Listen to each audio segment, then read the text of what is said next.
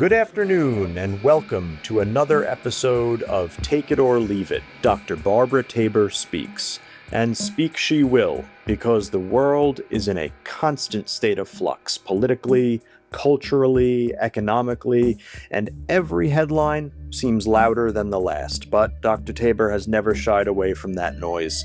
And that's why, after so many years of hosting this celebrated program, she is a trusted institution in the political landscape of this great country. You see, Dr. Tabor doesn't just tell people tuning in to take her word for it. She proves it. She presents a case, a solid case with every topic, and asks you to draw your own conclusion based on her research. Oh, she'll give you the hot take too, sometimes hotter than you can handle, but there's no spoon feeding here on Take It or Leave It.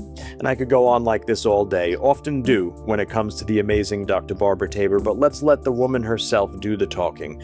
With us here today, as always, is your host, your guide through the veritable minefield that is the socio-political discourse in 2026, Dr. Barbara Tabor. How you doing today, Dr. Tabor? I am doing just fine. Now, we've got a lot of ground to cover, perhaps even more than usual today, if that's even possible. But we're going to be zeroing in on what many see as the issue of the moment.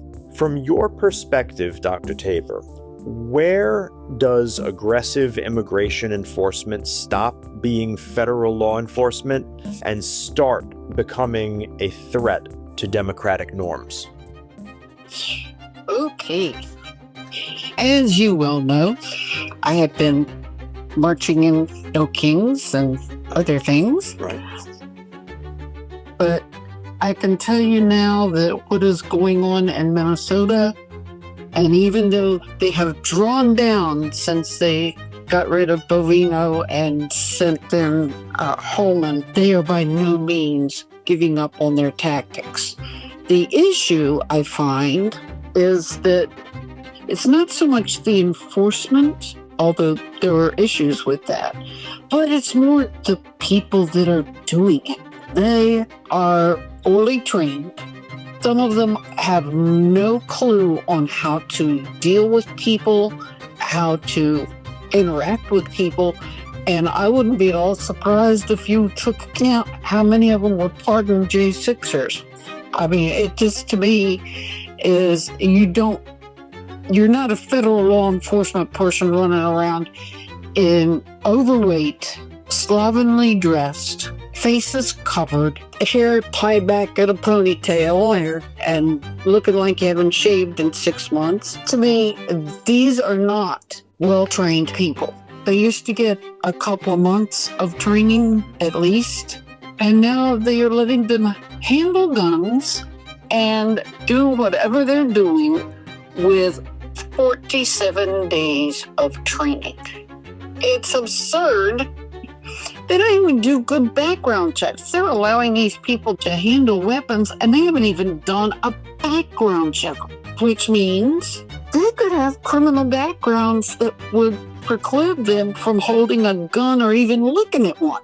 And I object to that entirely, because when I got my concealed weapons permit, I had to go through training. I had to take tests. I had to have a background check. Some of these haven't even had background checks, but they're hiring them and they're keeping them, because how are you going to just come in like stormtroopers and just start rounding up people and not caring who you hurt in the process? The aggression that we're seeing is not the kind of aggression where you're going out with a warrant signed by a judge and knowing exactly who you want to take, because they are really bad people. Drug dealers, murderers, just really violent people. And those are who everybody thought they were going after, the worst of the worst. But they're not. One guy was a Marine, should have already been a citizen. 50 years he was a Marine in the United States. I just do not believe that this is correct, this is right, this is fair. They pulled a woman out of a car. She was on her way to a doctor's appointment. Really? She had traumatic brain injury from an accident. She was a disabled U.S. citizen. They tried to make her walk. Well, she walks with a walker. So she told them, I'm handicapped. I need my walker. And they wouldn't give it to her. They handcuffed her and dragged her to their vehicle and threw her in the vehicle, gave her a concussion. That's not the actions of law enforcement. That is the actions of thugs. The same people who would march through the halls of Congress yelling for hanging of a vice president. A common argument right now is that Democrats supported strict immigration enforcement under Obama and Clinton, but oppose it now because it's Trump. What's your take on that? And when you look at today's reports on civilian deaths, family separation, brutality, how do you distinguish current detention and deportation policy from what happened under prior administrations? You did not see under Clinton and Obama, and you certainly didn't see it under Biden. I'll say something on that in a minute. You didn't see gangs of thugs roaming, beating up citizens and non-citizens alike, detaining anybody and everybody just because they could. But there was family separation, which I did not agree with. And if you have children who are American citizens and you take the parents, then you're leaving orphaned American citizens. So now you deport the children who are citizens. But under Obama and Clinton, I just did not see this kind of mad thuggery going on. Should people be deported? If you're doing drugs, if you're selling drugs, if you're committing heinous crimes, then you go to jail, and from jail you get deported. Right. But we've got a president who just pardoned some of the biggest drug dealers in the world. Don't say it's about drugs, because it's not. The administration is sending out multiple mixed messages, and it's just wrong. Just wrong. Do you believe ICE is operating today as a political instrument expanding executive power, or are we watching a policy fight where enforcement itself is being framed through ideology? Well, as far as I'm concerned, we don't have a president right now. We have a dictator, an authoritarian who is just happy to see what's going on. It doesn't bother him in the least that ICE is creating hate and discontent. He's contracting or allowing them to contract for huge detention centers in every single state. Yeah. The other thing is, how did those states that he's surged, so to speak, ICE into, how did they vote? They're blue states. And then I just was reading this morning about a woman who was a teacher, no less, with a doctorate, who was killed in a car accident while ICE was chasing an immigrant. The immigrant didn't have any criminal background at all, but he does now because he hit the woman. He ran a red light, he hit the woman, killed her. So now he has vehicular homicide. And then she was on her way to work to teach special ed in an elementary school in Savannah, Georgia. That's not a red state. They did not vote for him when Biden was running in that election. Yeah. I think a lot of this is going to backfire because people are not happy, and people are not happy not just in blue states, they're not happy in red states. We are no longer the world leaders. We are not the leader of the free world because we are not free. This is not the country I grew up in. This is not the country that my father went to war and fought for, that my grandfather and my great-grandfather fought for, and my husband fought for. When Donald Trump won the election this last time around, it seemed like for the second time, immigration was really the animating part of his platform. You know, in 2016, it was all about build the wall. And then this time around, it was close the border. And that always seems to be top of the list for his voters, and it seems to bring in a lot of swing voters as well. But what do you think people thought was going to happen when they voted for him? People did not vote for this. They voted for closing the border, common sense immigration policies. If you go back and look at the last year of Biden being in office, he put forth a bill that would have increased the amount of money going to Customs and Border Patrol for equipment, for more people, for common sense ways of dealing with removing people that don't belong from this country. Right. Humanely. The GOP was told by Mr. Trump to vote it down because he wanted to use it when he got in office. And people thought, really, that was what he was going to do. It is not what he did. So, there's that. It's going to be interesting to see what happens later this year in the midterms. And we'll see how people are feeling about all of this. But then again, Virginia and New Jersey both flipped a bunch of seats, Republican to Democrat, in their state houses. Yeah. New York, couple of special elections. I think New York picked up a seat.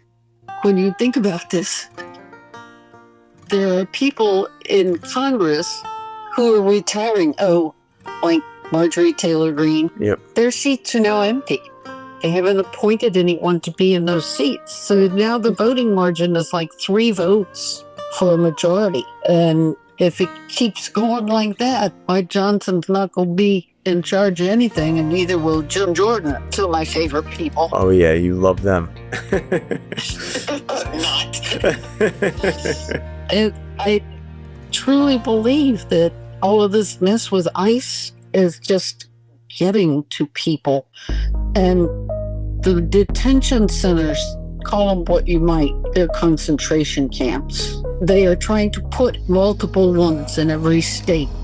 I was watching a program the other night where they were talking about a project called Project Saltbox coming out of Maryland. It's an app where you can go and see where they're trying to buy property to put the ICE detention centers / concentration camps in different states. They tried one in Virginia, and the people in the area, it's up near Ashland, Virginia, where there is a college up there. It's right on the northwest corridor of Amtrak. And they found out who owns the building, the warehouse.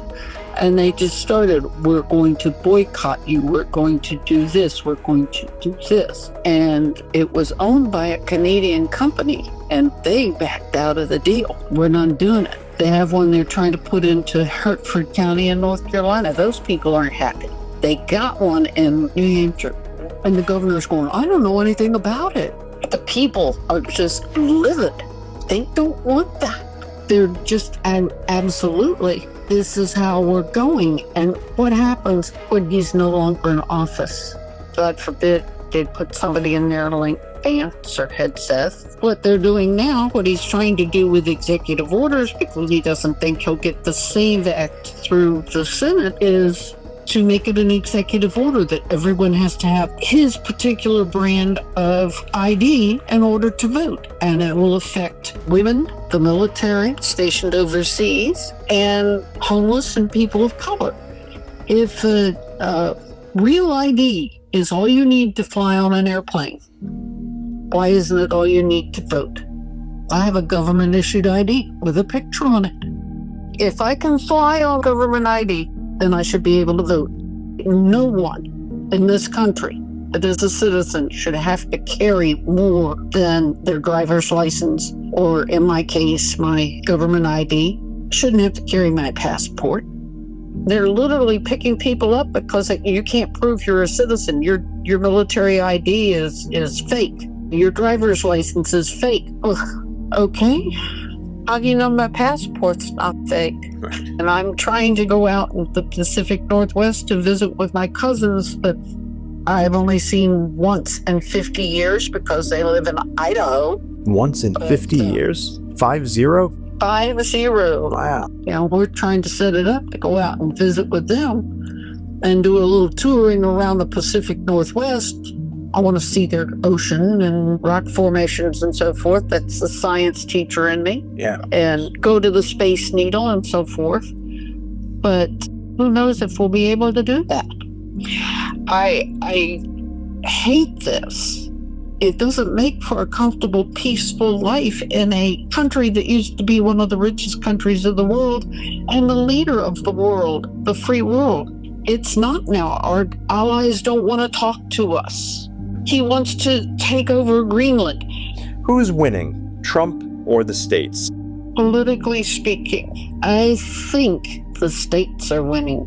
They're taking him to court, and they're winning in court. And they're winning in federal court with judges that he appointed. Pam Bondi is just like not doing real well with indicting people and getting true bills from grand juries. They tried to get a true bill on the 6 congressmen who made the video about military people. You do not have to obey illegal orders, which is a whole other story in and of itself.